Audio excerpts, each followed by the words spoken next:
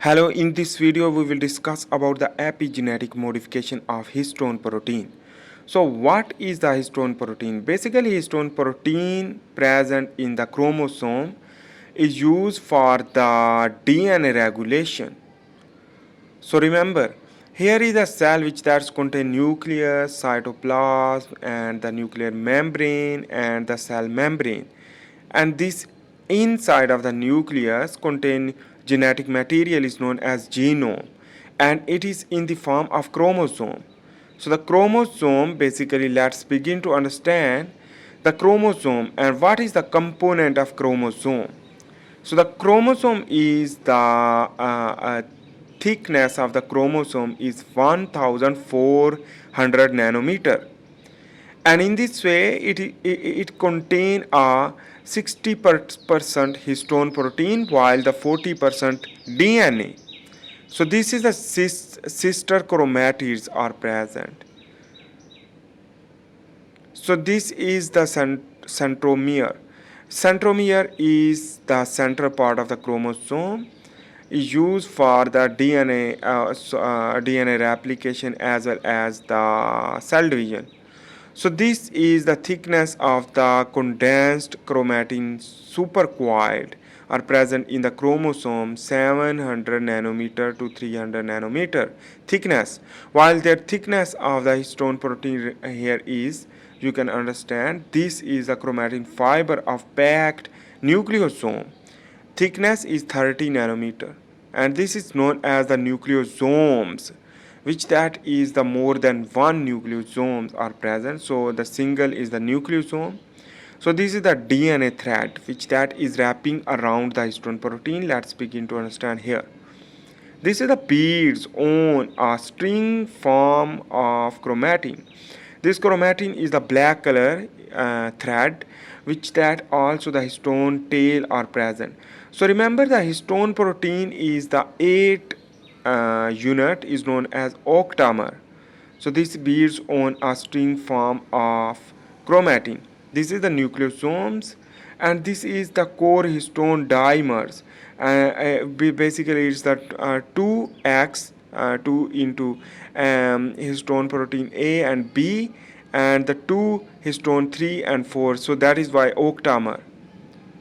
And here I am drawing the bigger picture to understand again the histone 2A and 2B and 3 and 4, which that is lie together, as well as the histone 1 protein, that is the linker protein, is used for the stability of the nucleosome, which the 8 subunit of 4 type, which that stability of the DNA wrapping around the histone proteins due to the histone 1 protein is the linker protein.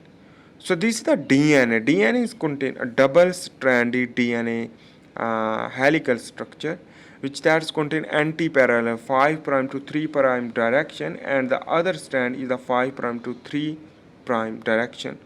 Basically, the anti-parallel strand, which that is due to the helical structure due to the hydrogen bonding. So adenine with thymine and guanine with cytosine. Anyhow, this is the histone tail modification due to the acetylation or other things we will, let's begin to understand. So the histone folds and histone tail we will discuss first, and we will learn about the modification. So the histone fold is responsible for the formation of stable histone 2A and 2B and the 3 and 4 dimers, and the histone octamer is composed of two H2A histone protein A and B dimers and 3 and 4 dimers.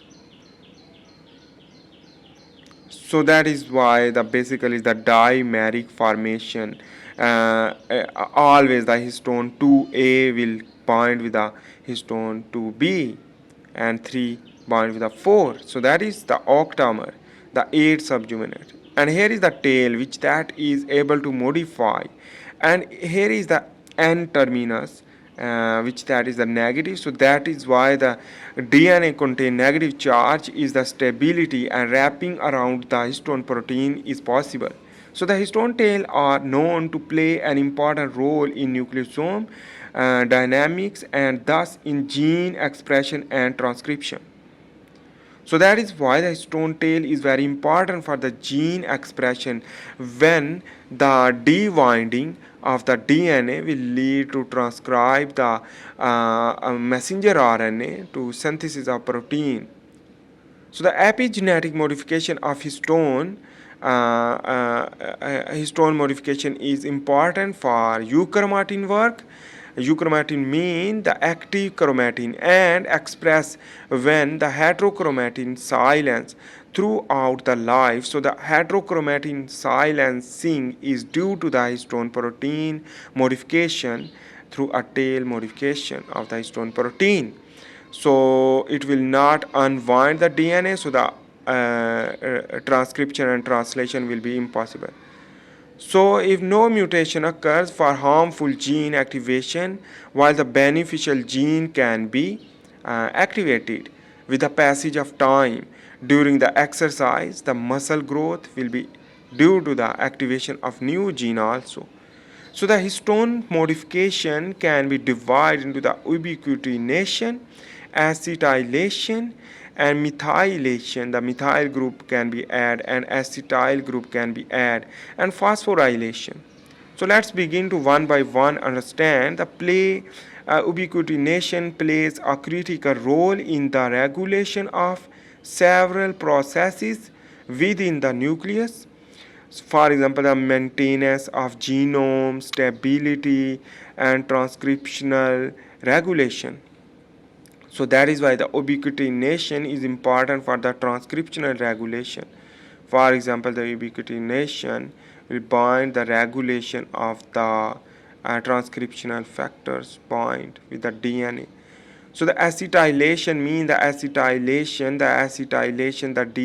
deacetylation also are processes by which the lysine residues within the N-terminal tail protruding from the histone core of the nucleosome are acetylated and deacetylated as a part of gene regulation. So that is why the acetyl addition will lead to express the gene, while the deacetylation will lead to suppress the gene, that inhibit the gene transcribing and translation. So the methylation means the histone methyl group is a process by which methyl group are transferred to amino acid of histone protein that make up nucleosomes, which DNA wrapped to chromosomes. So remember, while on the other hand, the phosphorylation is the another process. In this way, the histone phosphorylation confers a negative charge to histone, resulting in a more open chromatin.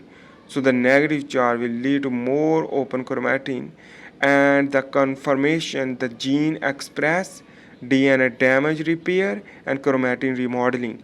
So that is very important things you should need to understand. While the N terminus contain positive charge, sorry for that. So the octamer containing the tail containing a positive charge. So that is why the DNA will be not not pullover, but the when negative charge will occur, so the DNA can be unwound. So let's begin. Here is the histone antibody by target we will discuss, and we will understand about the Rockland's antibody-based tools. So the lysine acetylated antibody polyclonal here, and lysine methylated antibody, and the sumo antibody simulation polyclonal, and the ubiquitinine antibody is used for the polyclonal. So what is the mechanism? The Rockland's antibody-based tools we will discuss, and the histone antibody by target. And what is the antibody we will learn here? So the antibody means against the histone protein, against the histone working, and in this way against the histone basically unwinding of the DNA. So the lysine, acetylene, methyl antibody, and the sumo ubiquitin antibody. This is the two type of antibody. Another antibody can be occur. So this is the histone B, histone 2B and A, and his 4 and 3, which that is dimerically manner bind. So it's contain tail contain, here you can see this is the histone bead, and this is the antibody tail, which that's contain ubiquitination, phosphorylation, and methylation, acetylation. So here is the methylation can be occur, or acetylation. So the methylation and the methyl group or acetyl group can be added, and phosphorylation can be added. So in this way, here is the 36, 35. So you can understand as well. Basically, is the different type of antibodies which that will be work with the binding with the phosphorylation, ubiquitination, or methylation. So in this way, this is the coding you can understand. But the important best known modification of terminal histone region is methylation of lysine 9 at here we can understand this from here. So this is the H3K9 because the H3 histone 3 protein, and which that will tail contain K9. So in this way, the best known modification of terminal histone regions is methylation of lysine 9 at histone H3, H3K9, we can say that, in mammals for gene silence. In this way, the gene will be silenced, and in this way, for example, the silence of the gene can be harmful or beneficial. If the beneficial, so the cancer causing gene inhibition, while the acetylation will lead to cause cancer if the oncogene expression due to the acetyl group addition for transcription of the oncogene, the gene expression will lead to cause cancer.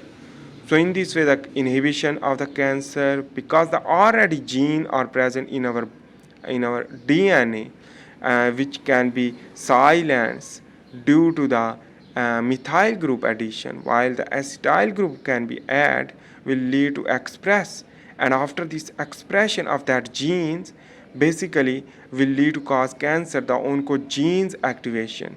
So in this manner, there are a lot of disease can cause, a lot of changes is known as the epigenetics, can be harmful or beneficial on the basis of situation, on the basis of the changes of environment internally or externally. So that video was about the epigenetic modification of histone, and we had discussed about the Rokland's antibody. So thanks for watching. Bye.